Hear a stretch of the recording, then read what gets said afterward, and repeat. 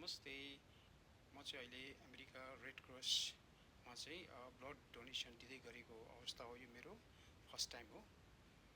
त्यस्तो अप्ठ्यारो केही पनि हुँदो रहेछ। म चाहिँ अहिले एक पोका खुन दिँदैछु, हेर्नु होला। यस्तो छ प्रोसेस। मेरो विशेषले चाहिँ ब्लड डोनेसन गर्दै गरेको अवस्था हुँदैछ। यस्तो छ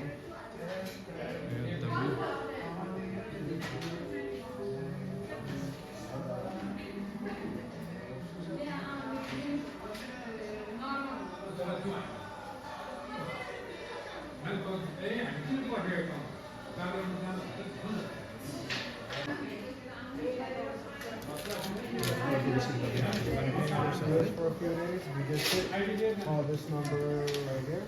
Yes. Actually, this is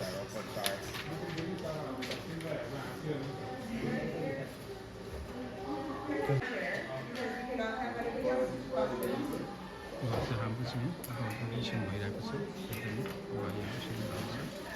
हाम्रो बिच कम्युनिटीको ब्लड डोनेसन कार्यक्रम।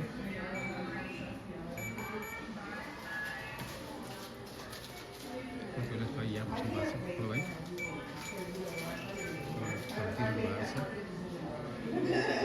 आज चाहिँ कस्तो हुँदैछ त?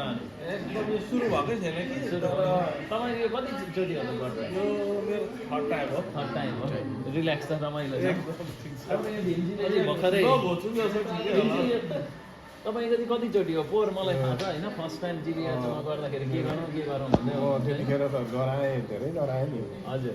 अनि होइन ठिक हुन्छ भनेर ठिक भयो। त्यसपछि मैले पावर ब्लड डोनेट गरेँ। यो तेस्रोचोटि हो। ठिक छ। तपाईँले के कारणले चाहिँ ब्लड डोनेट गर्ने डिसाइड गर्नुभयो त? यो पारिवारिक कारण हो कि यसो केही कसैलाई आफ्नो खुन दिँदाखेरि अब कसैको जीवन बच्छ भने दिउँ भन्ने हो कि के कारणले चाहिँ डोनेट गर्नुभयो? अब यो पहिलो चाहिँ सुरु चाहिँ मेरो कमेडी खालको भयो है। मेरो ब्लड ग्रुपै मलाई थाहा थिएन, त्यो जान्नको लागि थियो धेरै डर गरेको, डर पनि गरेको। अनि त्यस पछाडि चाहिँ त्यो अनेक यो सानो बालबालिकाहरूको लागि भन्ने खालको देख्न लाग्यो होइन। अनि मेरो अब एक दुई पोको ब्लडले, त्यो वेस्ट हुने ब्लडले ती नानीहरू अब 2 वर्ष बाँच्यो भने भन्ने खालको भएर चाहिँ सुरु गरेँ होइन। सुरुमा चाहिँ मेरो ब्लड ग्रुप चेक गर्ने हो। ठिक छ त, इन्ट्रेस्ट भनेको आफ्नो कुन ब्लड ग्रुप?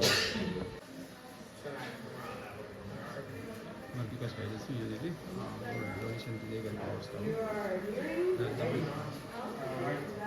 पहिलोचोटि मेरो ब्लड डोनेसन हुँदैछ। हाम्रो कम्युनिटीको लागि नभएर सबै आम नागरिकको लागि पनि मेरो एक डोनेसनले कुनै पनि लाइफ बच्छ भने किन नदिने होइन। एउटा महापुराण गरे सराहहरूले चाहिँ एउटा कसैको जीवनदान हुन्छ भने, जीवन बच्छ भने डोनेसन दिनु म तयार छु। डोनेसन गरिरहेको अवस्था हो मेरो। ठिक छ, अति राम्रो काम गर्नुभएको छ होइन। रक्तदान जीवनदानै भन्छन्।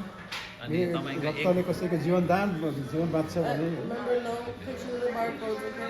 तपाईँको यो एक पिन्टले 3 जनासम्मको ज्यान बच्न सक्छ।